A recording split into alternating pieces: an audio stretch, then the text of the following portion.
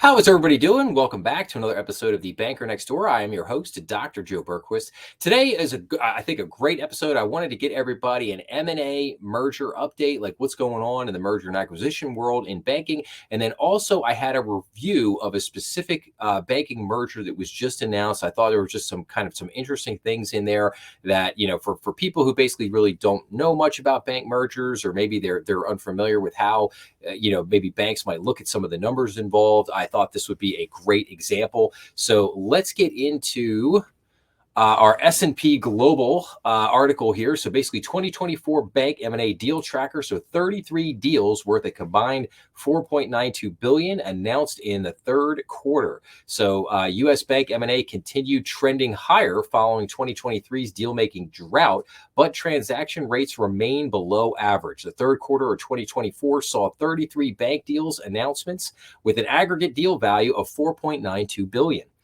By comparison, there were 34 bank deals worth a total of $2.73 billion announced over the same period in 2023. Altogether, there were 93 U.S. bank deals worth an aggregate deal value of $11.42 billion announced in the year through September 30th, surpassing the total deal value of $8.95 billion and $4.15 billion from the 155 and 98 bank deal announcements in all of 2022 and 2023, respectively. So, bank M&A kind of picking up a little bit here. We could see some of the numbers here. So obviously 2020 pandemic year. So you had, you're kind of only a rather light, only 112 transactions. Picked up a little bit there in 2021 with 202, but then dropped back down a little bit and with 155. Obviously, what kind of happened there in 2022? Well, the Fed started increasing interest rates, which then ultimately led to unrealized losses in banks' bond portfolios, which led to AOCI basically hitting banks' capital, hitting their book values, which kind of rolled downhill. And now we've gotten back to and then we've seen, loan demand has been muted. Some banks have gone through some margin compression issues here. So we've had only 98 deals in 2023, and we've got 93 deals so far year to date in 2024. Now, if everybody remembers my last review from a few months back, I basically said I thought we would probably end the year, right around maybe 100 deals, maybe a little over 100 deals. That was kind of my guess. So right now we're sitting on 93 at the end of the third quarter. My guess, so we had what, 33 deals announced in the third quarter. So, I would guess somewhere in that probably same number in the fourth quarter, maybe somewhere between 20 and 30 deals.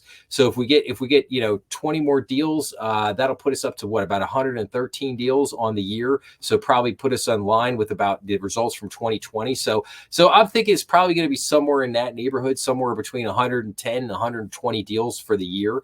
So a little bit higher than what I thought it was going to be, but things have really picked up.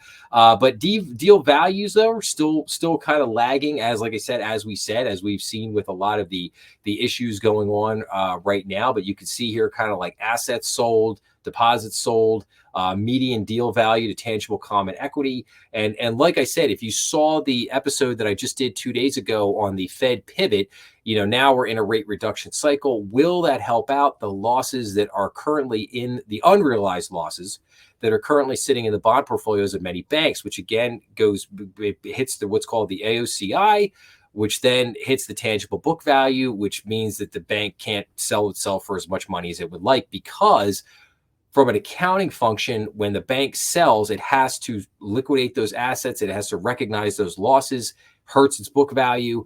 Therefore, they can't get as much. So hopefully with the rate reduction cycle, that may help ease some of those problems there in the bank bond portfolios. I don't think it's going to be a cure-all. I think it will definitely help a little bit. But we'll see what happens here. Obviously that issue is going to have to get resolved before these book values really start to, I think, come back up. But you're going to have a lot of banks that are going to want to sell regardless, just because of it could be any number of factors, an aging board, an aging CEO who's ready to retire.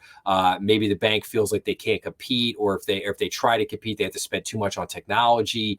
Whatever the case may be, there's a myriad of reasons as to why a bank might choose to sell and why it does it at any particular time. So, but like I said, just wanted to get a kind of an update here on what's going on. Here's another chart here. So 93 U.S. bank deals announced in 2024. You can see here the orange line, number of deals, the bluish green line, total deal value. So you can see here, you go back to 2021, obviously much better year. Obviously 2020 was muted because of the pandemic. Can't really, I don't think you kind of have to look at this as like an aberration. Kind of blow that one off. But you could see here, I mean, even 2022, 2023, 2024, I mean, deal values have come up a little bit here in the second and third quarter as compared to the last couple of years, but still very muted as compared to what people were getting here in 2021. So Midwest remains the most targeted region, followed by the Southeast. Largest U.S. bank deals announced in 2024. So the largest one was South State Bank buying Independence Bank Group, and that was down in Texas. The next one was UMB Financial Corp buying Heartland Financial in Denver, Colorado. And let's see here. And then it is kind of interesting. U.S. bank deals announced in 2024. You kind of get an idea of where a lot of the activity is. Kind of more the eastern part of the country, central part of the country, not so much going on out west here. Banks targeted in the Northeast. 20 most recent bank deals announced. Let's see if was that? That would should just I was looking to see if the deal that I'm about to talk about was on this list. I don't see it here on the list. So we'll talk about that in just a second. So let's see here. A trio of merger policies from the Federal Deposit Insurance Corp, Office, the OCC, and the Justice Department Antitrust Division could potentially constrain U.S. bank M&A activity. Yes, absolutely. The FDIC's final statement of policy and the OCC's final rule on bank M&A policies were finalized on the day that the U.S. Justice Department issued a clarification that would apply its comprehensive merger guidelines from December 2023 when assessing a bank merger. So, banks mergers are taking much longer to get done. You're probably looking at like a 2-year process. And then for banks that like to acquire multiple banks, that's basically their growth strategy, is just keep buying up other banks in the area that they can. That's going to be a much slower time horizon, because they're probably going to buy a bank and then they're going to have to absorb the bank. And then it's probably going to take a couple years before, they're going to be able to go out and then buy another bank and keep going. So that process itself is going to be much slower. It's not going to be as quick as they used to get to it. So you've got the whole regulatory issue. You got the bank balance sheet issues. So you got, interest rates, you got a whole number of issues. And I think that now is a really good time to sell, because I think next year, you could see an increase. You could see the first 6 months next year, some crazy things going on with interest rates. You could see some net interest margin compression, could hurt bank earnings.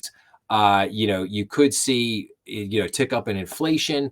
You could see, banks still struggling with these kind of underwater portfolios. So, the regulatory environment, depending on what happens with the election, could get worse, could get better. We'll have to see. But there's kind of there's a whole brew there that I think that, you might see.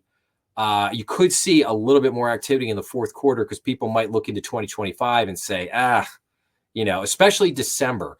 December is the month to look at, because obviously the election will be over at hopefully it'll be over by, in November there. And then we'll get, at least, and then people will know like who's going to be in the White House in January.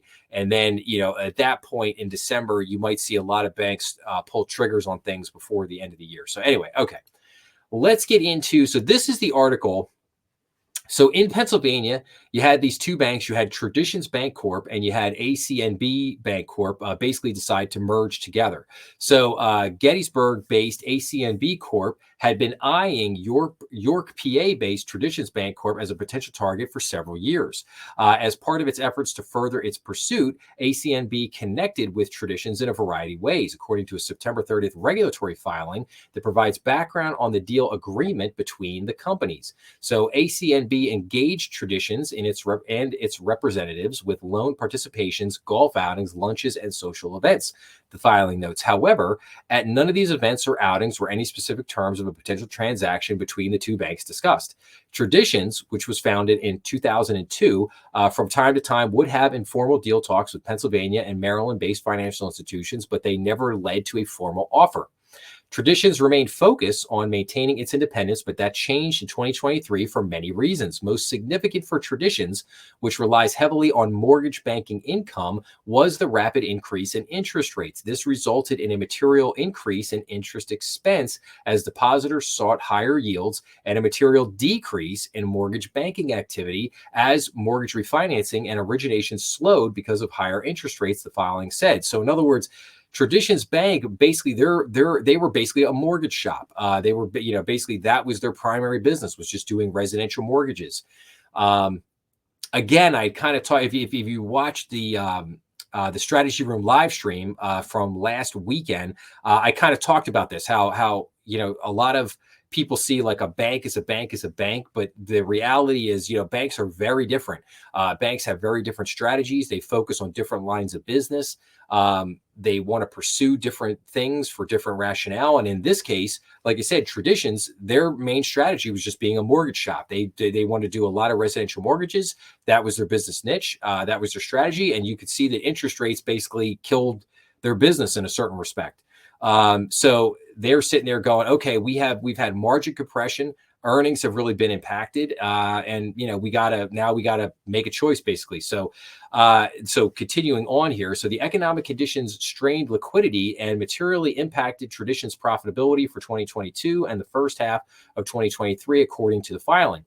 On January 12th, executives of both companies met, and ACNB expressed its desire for a strategic combination with Traditions. During that time, Traditions was engaged in deal discussions with another institution about twice its size, referred to as Institution A in the filing. Traditions and ACNB agreed to follow up in a few months. So now we get into kind of the competing bid. So the non-binding letter of intent delivered by Institution A on April 4th proposed an all-stock transaction at a fixed exchange ratio representing a price of approximately $19.51 per share of Traditions common stock and an approximately 18% discount to Traditions book value as of March 31st and a day exclusivity period. The letter of intent also contemplated a significant capital raise by Institution A, which, if successful, would reduce Tradition shareholders' pro forma ownership in Institution A to 26% from approximately 32%. So you're kind of getting watered down, right?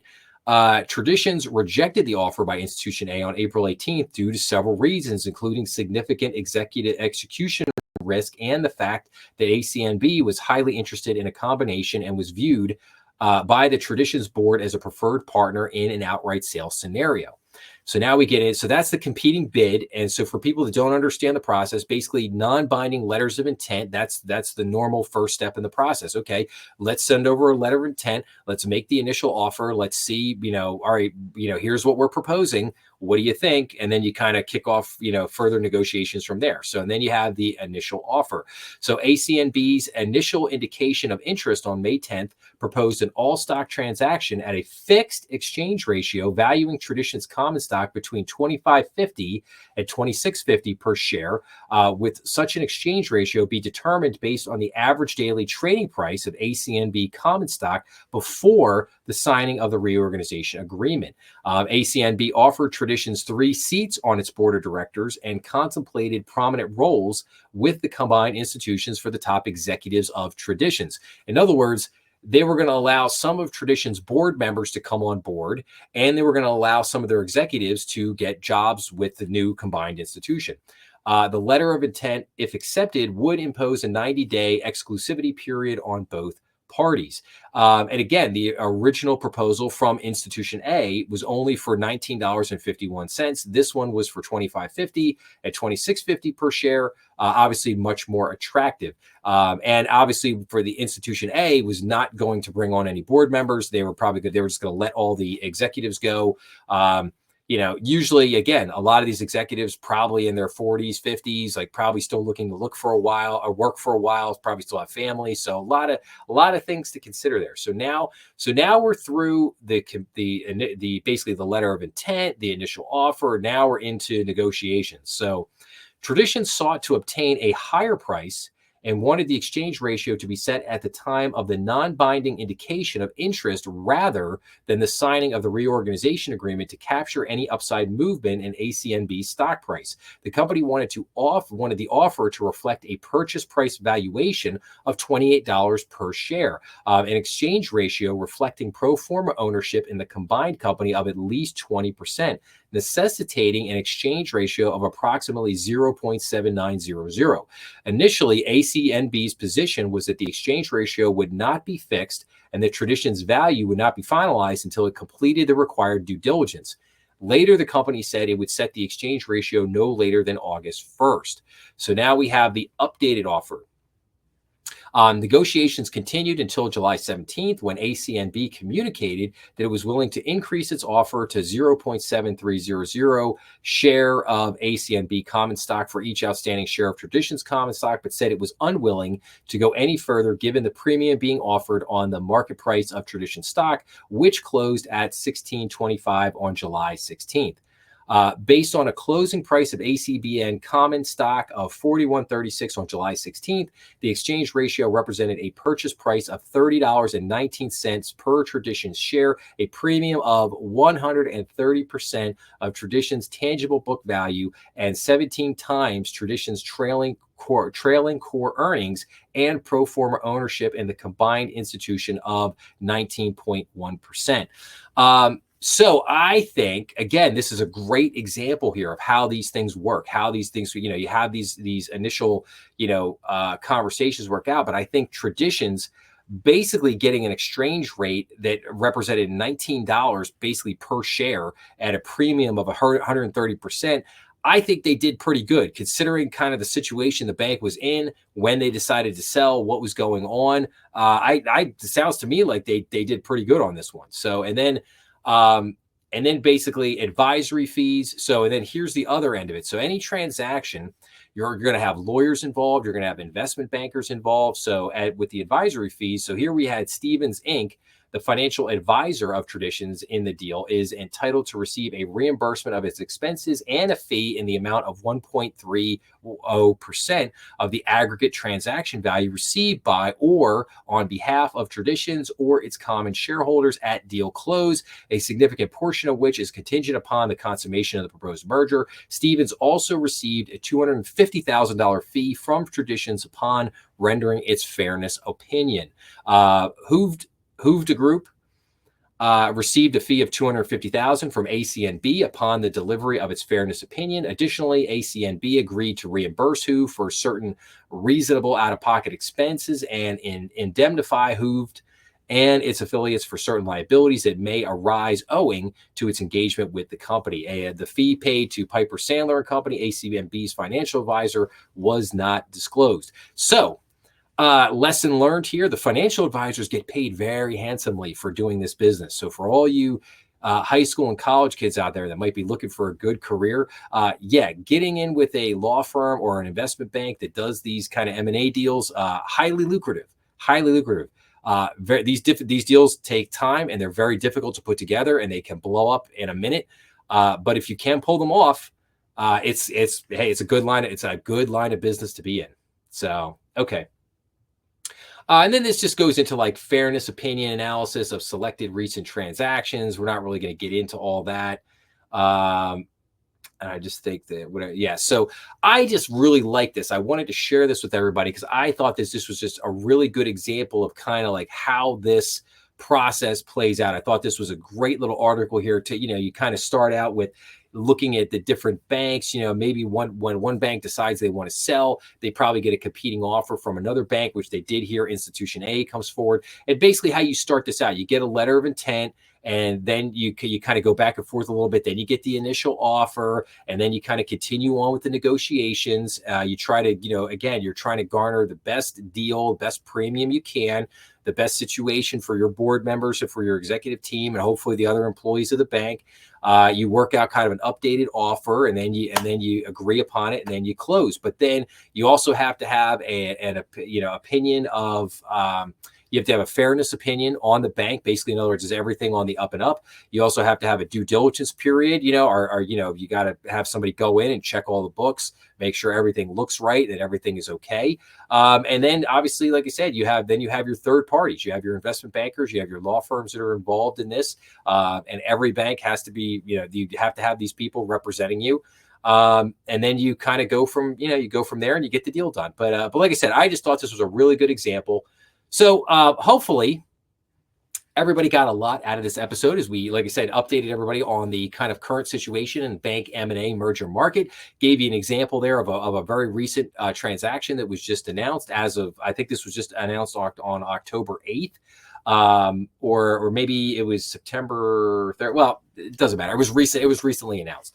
So anyway, like I said, hopefully everybody, hopefully there was some good information in this video that you liked, but I'll wrap up with this. If you like this episode, please make sure to like, share, and subscribe, as that always helps the channel. Remember, we are on Rumble, YouTube, and all the major podcast platforms. Please leave your comments down below, as I always love getting back to everybody. Make sure to check out some of the other content on the channel. And remember that the BND Strategy Room is live on YouTube every Friday night at 7 p.m. Hope to see everybody there, and I will talk to everybody again